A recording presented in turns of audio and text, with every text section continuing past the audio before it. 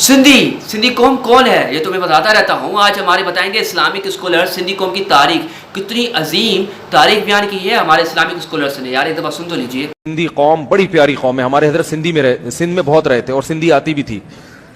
और सबसे जो पाकिस्तान में जो मीठी जबान है ना, मीठी जिसमें मिठास है, वो सिंधी जबान है।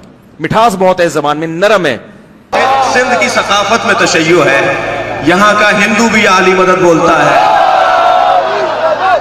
यहाँ का सुन्नी भी छत पर अलम लगाता है, यहाँ का शिया भी, और यहाँ का तो देवबंदी भी अली शेर होते हैदरी होता है। मुसलमानों को खुश करने के लिए मैंने अजरक पहन ली।